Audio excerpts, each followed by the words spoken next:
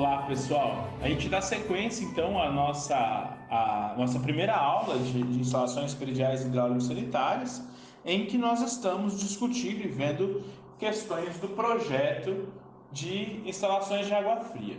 Vamos fazer uma recordação para a gente dar sequência a essa aula. No primeiro vídeo, na aula 1A, nós vimos elementos gerais que compõem o sistema de instalações prediais de água fria. Nós vimos que esse sistema ele é abastecido pelo sistema urbano e ele passa pelo hidrômetro. Nós vimos como dimensionar esse hidrômetro a partir de uma tabela que a norma nos dá. Nós ainda não sabemos exatamente estimar o consumo, mas sabemos já que existe indicações em relação a isso. No vídeo 2, no vídeo 1B, nós discutimos um pouco o seguinte: como os pontos de consumo podem ser abastecidos? Eles podem ser abastecidos de forma direta, ou seja, a água da rua, depois de passar pelo hidrômetro, pela medição, ela vai direto ao ponto de consumo, certo? Muito comum nos Estados Unidos e Europa. Ou sistema indireto, em que eu tenho um reservatório, muito comum no Brasil, tá?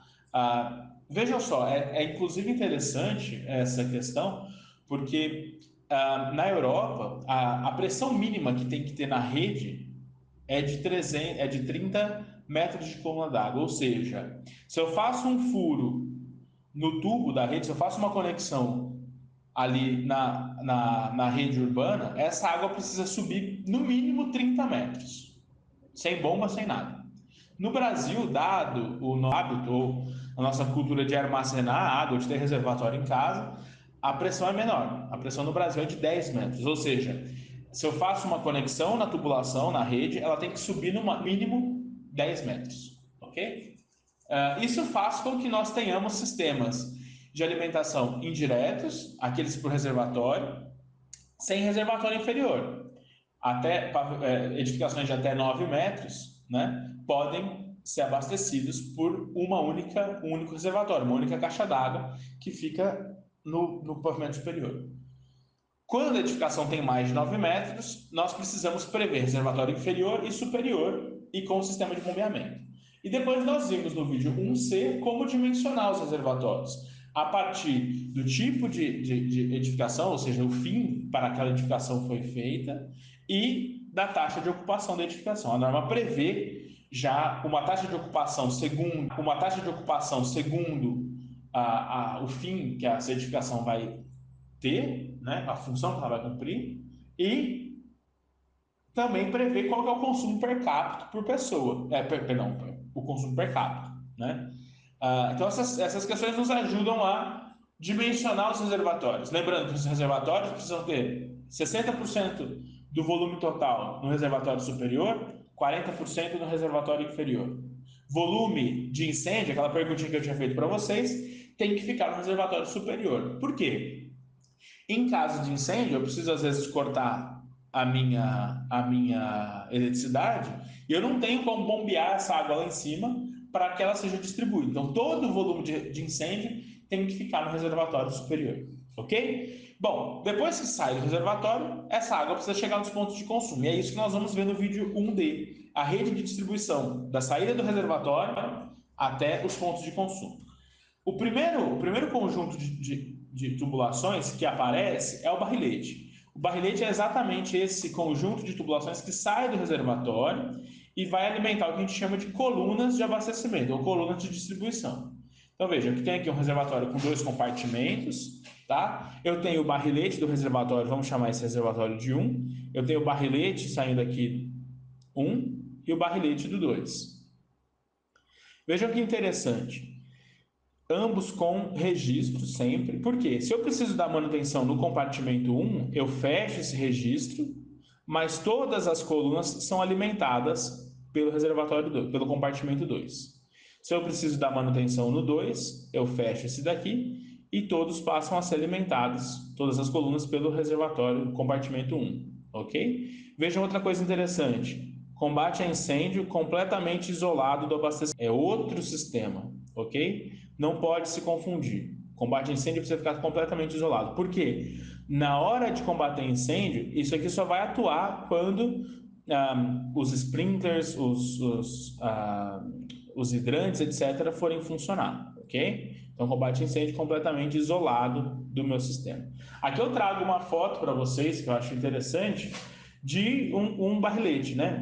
Então, veja só, aqui está o piso do reservatório, né? Piso do reservatório, aquele espaço para manutenção previsto. Então, vejam, nós temos ventilação, temos iluminação, é importante prever essas coisas, né? E os barriletes que saem aqui do reservatório e vão alimentar as colunas de distribuição. E aí vejam aqui o registro, muito importante, ok? Aqui tem um outro barrilete, saiu do reservatório, provavelmente por aqui, e vem alimentando aqui, e vem alimentando todas as colunas, ok? Perfeito. Eu gosto mais dessa foto porque ela traz os tubos já nas cores corretas, né? Verde para água fria, vermelho para água quente, para combate a incêndio, etc. Também? Depois que a gente sai do barrilete, nós vamos alimentar as colunas de distribuição. As colunas são essas tubulações verticais que conectam o barrilete aos ramais de entrada. Vejam só, os ramais são tubulações que vão ligar a coluna até os subramais. Os subramais são onde a gente vai ter os pontos de consumo, tá?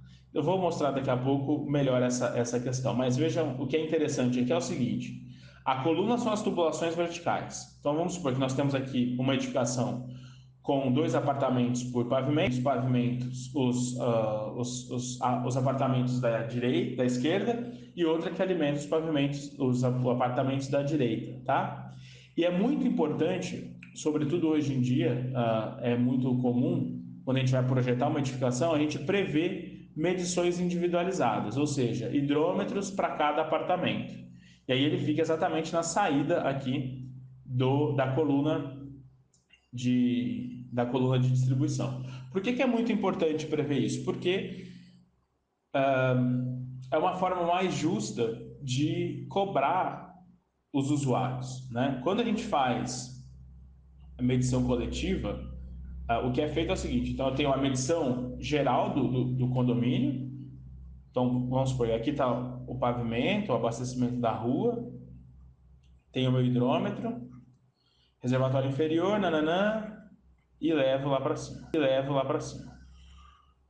Então, na medição coletiva, eu cobro por essa medição aqui.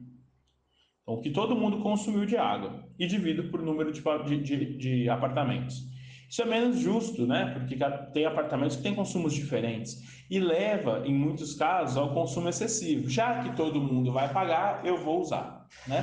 Então, é muito comum e a norma prevê cada vez mais, recomenda cada vez mais, a medição individualizada. E ela é feita exatamente na saída da coluna de distribuição para a entrada do ramal, ok? E os ramais são exatamente essas tubulações que vão alimentar as peças, os subramais. Veja só, então só para a gente entender melhor essa questão, eu tenho aqui uma coluna de abastecimento, certo? E aqui eu tenho um subramal. Vamos pegar outro. Tem uma coluna de abastecimento ou de distribuição, e aqui eu tenho um ramal, ó.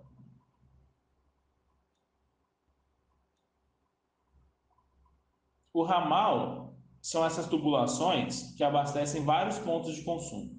O subramal abastece só um ponto de consumo. Então, aqui é um subramal. Eu vou pintar de outra cor só para a gente entender essas nomenclaturas, tá? Pensando numa residência, obviamente as colunas vão abastecer diretamente ramais ou subramais. Então, eu tenho aqui a coluna e uma coluna. Ok? Vejam que essa coluna primeira aqui, ela abastece diretamente a válvula de descarga.